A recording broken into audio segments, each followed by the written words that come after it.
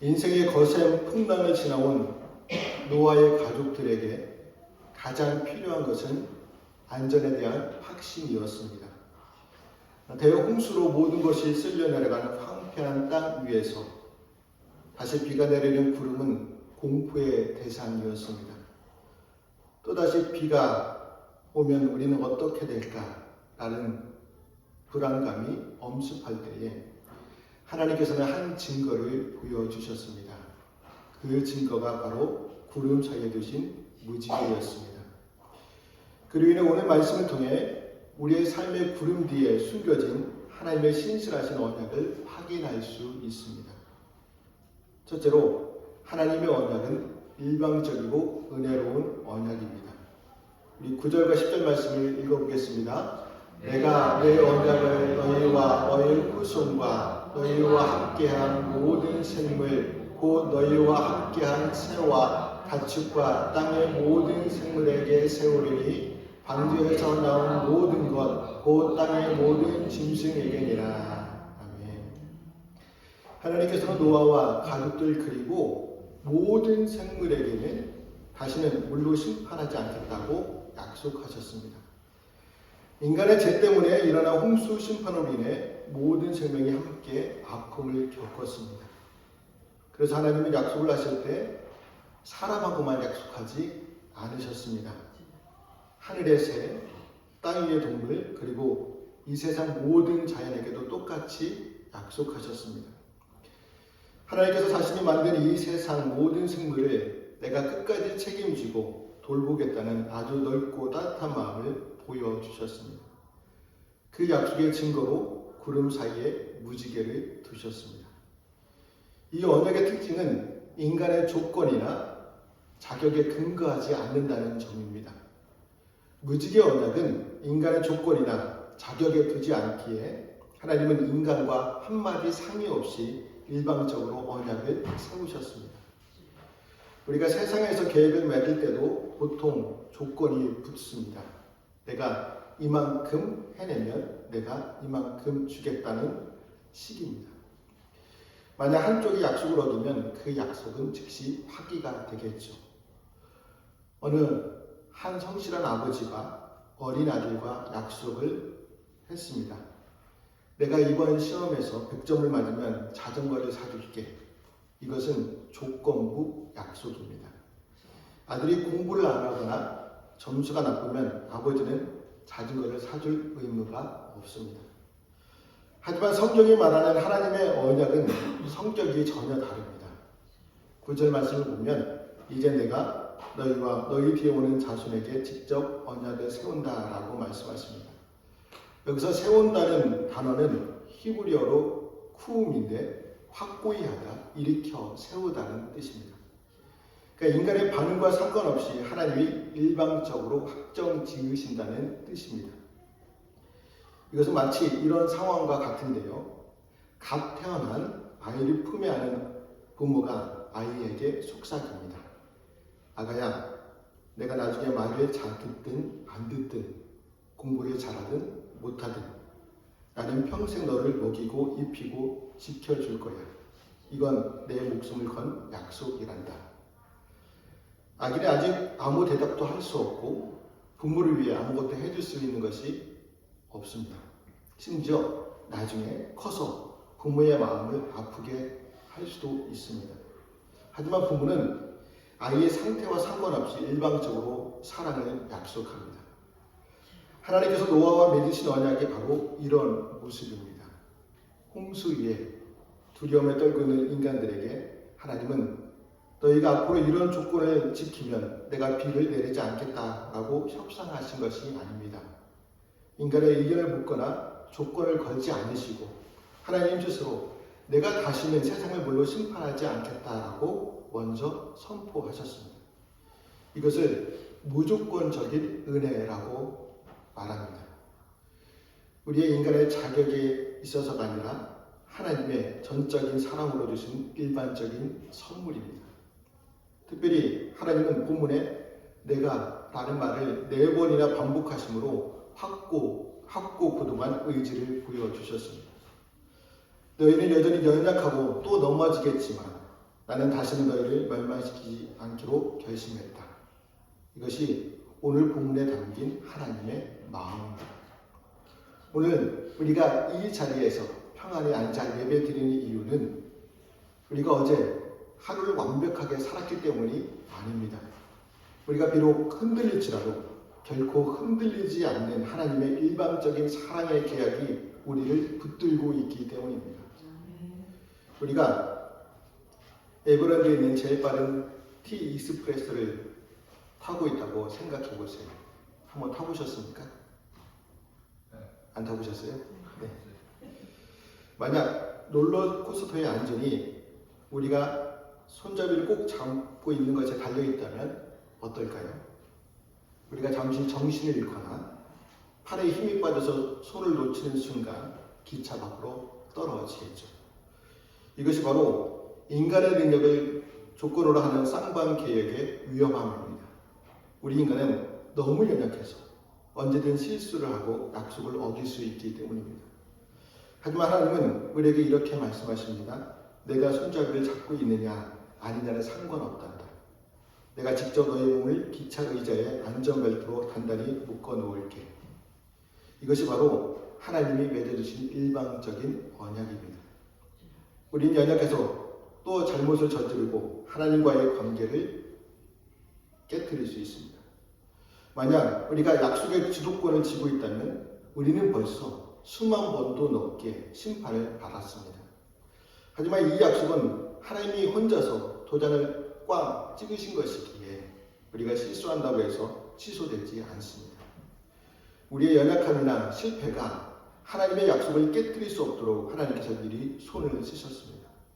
결국 하나님이 상의 없이 일방적으로 하신 약속의 이유는 너희가 아무리 부족해도 내가 결코 너희를 포기하지 않겠다라는 가장 강력한 사랑의 표현입니다. 우리가 모지계를 보면 안심할 수 있는 이유는 우리가 잘해서가 아니라 하나님이 변하지 않으시기 때문입니다. 이 조건 없는 은혜와 사랑이 오늘 저와 여러분의 삶을 지탱하는 유일한 근거임을 믿으시기를 바랍니다. 둘째로 무지개는 우리를 포기하지 않겠다는 약속 증서입니다. 우리 13절 말씀도 같이 읽어보겠습니다. 내가 내 무지개를 구름 속에 두었나니 이것이 나와 세상 사이의 언약의 증거니라. 하나님께서는 다시는 물로 세상을 심판하지 않을 것을 노아와 가족들에게 약속하시고 그 징표로 무지개를 구름 사이에 두시겠다고 하십니다. 그리고 16절에서는 이 무지개를 보고 언약을 기억하라고 말씀하십니다. 사람들은 무지개를 볼 때마다 더 이상 홍수로 인한 멸망할 걱정을 하지 않아도 되었습니다. 하지만 하나님의 대홍수 심판을 겪었던 노아와 가족들은 홍수에 대한 공포가 여전히 마음속에 남아 있었겠죠. 그래서 하늘에 구름이 모이는 것만 보아도 홍수에 대한 두려움에 떨어야 했습니다. 그러나 이제 그들은 하나님의 약속에 따라 구름 사이에 비치는 아름다운 무지개를 보면서 홍수 심판에 대한 공포와 두려움을 씻어버릴 수 있었습니다. 지금도 비 온 뒤에 구름 사이에 비치는 무지개는 홍수 심판으로 이 세상을 지켜주는 땡과 같습니다. 오늘날 우리에게는 우리를 하나님의 심판으로부터 지켜주는 또 다른 무지개가 있습니다. 그 무지개가 무엇일까요? 바로 예수님의 십자가입니다. 예수님의 십자가는 죄인을 하나님의 심판으로부터 구원을 얻게 해주는 확실한 구원의 약속 증서입니다. 비가 그친 뒤 하나님께서 하늘의 무지개를 보시고 심판을 멈추셨던 것처럼 이제 하나님은 십자가에 흘리신 예수님의 피를 보십니다. 우리가 무지개를 보면 안심하듯 우리가 십자가를 바라보고 예수님만 믿으면 하나님은 우리의 잘못을 보시는 것이 아니라 예수님의 대신 죽어주심을 보시고 우리를 용서해 주십니다. 무지개가 세상을 물로 멸망시키지 않겠다는 약속이라면 십자가는 너를 영원한 죽음에서 건져내어 반드시 살리겠다는 더 깊은 사랑의 약속입니다. 무지개는요, 히브리어로 케세트라고 합니다. 그런데 이 단어는 성경의 다른 곳에서 주로 정쟁용 활을 의미할 때 사용됩니다. 그러니까 무지개는 하나님이 공중에 걸어두신 거대한 활입니다. 활 모양처럼 보이십니까? 한번 상상해 보세요. 무섭게 쏟아지던 비가 그치고 거대한 활이 나타났습니다. 그런데 그 화살의 방향이 어디를 향하고 있습니까? 땅에 있는 인간이 아니라 하늘을 향해 굽어 있습니다. 이것은 놀라운 구원의 메시지를 담고 있습니다. 과거 서양의 해상 정토에서 패배한 배가 항복의 표시로 깃발을 내리거나 공격 의사가 없음을 알리기 위해 무기를 거둔 것과 같습니다. 하나님께서는 인류를 향해 겨누셨던 심판의 활 시위를 거두시고 그 활을 하늘로 돌려 걸어 두셨습니다. 이제 더 이상 이 활에서 심판의 화살이 나가지 않습니다. 설령 화살이 발사한다 해도 그 화살은 인간이 아닌 하나님 자신이 향하게 될 것이라는 구원의 선포입니다. 이것은 마치 구주도의 헬기가 조난당한 사람 위로 띄운 신호탄과 같습니다. 깊은 산속에서 길을 잃고 밤새 추위의 공포와 떨던 등산객에게 가장 반가운 것은 무엇입니까? 멀리서 들려오는 헬기 소리와 하늘에서 쏘아올린 구조 신호탄입니다. 그 불꽃을 보는 순간 등산객은 이제 살았다, 나를 찾으러 왔구나 라는 확신을 갖게 되겠죠. 아직 산 아래로 내려간 것은 아니지만 그 신호를 보는 순간 이미 구원은 시작된 것입니다. 우리의 인생도 마찬가지입니다. 때로 우리의 삶에 고난의 폭우가 쏟아지고 이러다가 인생이 끝나는 것 아닌가 하는 두려움이 엄습할 때가 있습니다.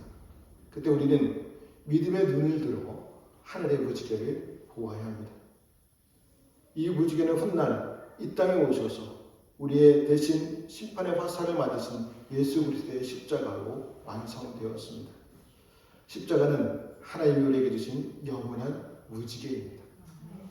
하나님께서 무지개를 보시고 언약을 기억하셨던 것처럼 이제는 독생자 예수 그리스도의 피를 보시고 우리를 이롭다 하십니다. 구름이 가득한 날에도 그 구름 너머에는 여전히 태양이 있듯이 우리의 삶의 문제라는 먹구름 너머에는 우리를 구원하시겠다는 하나님의 확고한 약속의 무지개가 떠 있습니다. 무지개는 비가 올 때만 보이죠.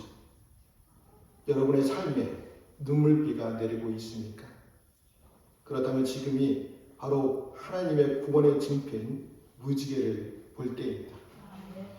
나를 죽이려던 심판의 활이 나를 살리는 구원의 상징이 되었음을 믿고 그 무지개 아래에서 진정한 쉼을 누려야 합니다.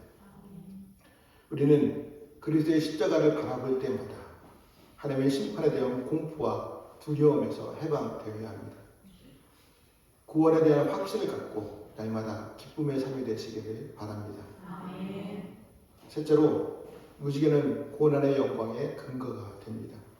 우리 17절 말씀도 같이 읽어보겠습니다. 하나님이 노아에게 또 이르시되 내가 나와 땅에 있는 모든 생물 사이에 세운 언약의 증거가 이것이라 하셨더라. 아멘.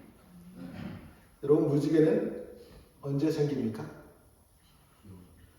맑고 화창한 날에는 무지개를 볼 수 없죠.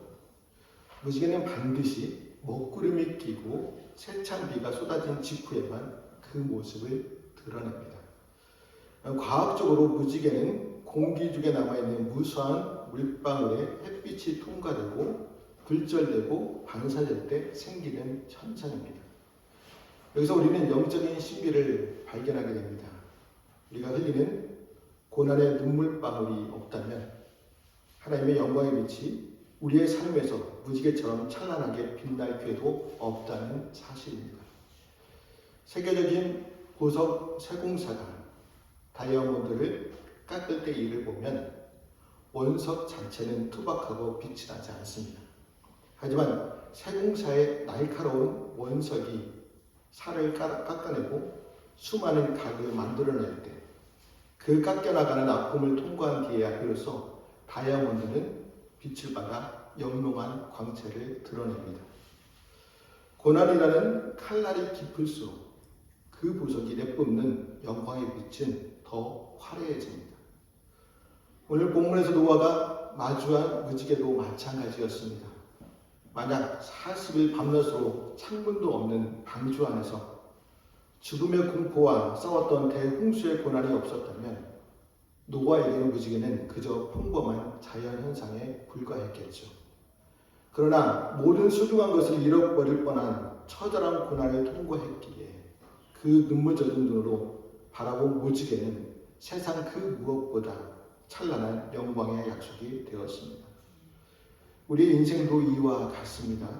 지금 여러분의 삶에 쏟아지는 비와 먹구름 때문에 낙심하고 계십니까? 기억하십시오. 하나님은 우리의 눈물방울로 재료 삼아 영광의 무지개를 만드신 분이십니다. 그래서 사도 바울은 로마서 8장 17절과 18절에서 자녀이면 또한 상속자 곧 하나님의 상속자요 그리스도와 함께한 상속자니 우리가 그와 함께 영광을 받기 위하여 고난도 함께 받아야 할 것이라. 생각하건대 현재의 고난은 장차 우리에게 나타날 영광과 비교할 수 없도다 라고 고백하였습니다. 고난의 그림이 짙을수록 잠시 후 나타날 무지개는 더욱 선명합니다. 지금 겪고 있는 시련은 우리를 무너뜨리는 심판의 도구가 아니라 하나님의 영광을 반사하여 세상에 비추게 하시는 은혜의 물방울입니다. 하나님은 결코 목적 없는 고난을 허락하지 않으십니다. 여러분 눈에 맺힌 눈물방울에 하나님의 은혜의 빛이 통과할 때 그것은 세상이 줄 수 없는 가장 아름다운 영광의 무지개가 될 수 있습니다. 하나님은 나 자신의 영광의 무지개만 되는 것이 아니라 온 세상에 무지개가 되길 원하십니다. 인간의 죄로 인해 온 세상이 고통받았던 것처럼 하나님의 은혜 또한 모든 곳에 미치기 때문입니다. 우리가 겪은 오늘의 고난이 단순히 나 개인으로 끝나지 않고 하나님의 영광을 드러내는 통로가 되는 이유가 여기 있습니다. 하나님은 우리를 통해 무너진 세상을 회복하시고 모든 피조물들에게 하나님의 신실하심을 증거하는 살아있는 무지개로 우리를 세우길 원하십니다. 성도에게 고난은 멸망의 징조가 아니라 십자가의 영광에 참여하게 되는 성숙의 과정입니다. 십자가라는 확실한 증거가 있기에 우리의 고난을 반드시 영광으로 꼽히게 됩니다. 고난의 비구름 속에서도 장차 보게 될 영광을 기대하며 끝까지 인내하시기를 바랍니다. 오늘 우리의 인생의 먹구름 뒤에서 무지개를 준비하고 계시는 신실하신 하나님만 바라보시기를 바랍니다. 여러분, 무지개는 비가 그친 뒤에만 나타나는 것이 아니라 햇빛이 구름 속에 물방울을 투과할 때 나타나죠. 우리의 삶에 눈물과 고통이 있을지라도 하나님의 은혜의 빛이 비치면 영광의 무지개로 변하게 됩니다. 오늘도 우리의 삶에 하늘에 띄워진 하나님의 무지개, 예수 그리스도의 십자가의 언약을 바라보아야 합니다. 그 어떤 풍파 속에도 우리를 포기하지 않으시는 하나님께서 우리와 항상 함께해 주십니다. 이번 한 주간도 그 신실하신 하나님을 신뢰하며 승리하는 삶을 살아가시기를 주님의 이름으로 말씀을 드립니다. 기도하시겠습니다.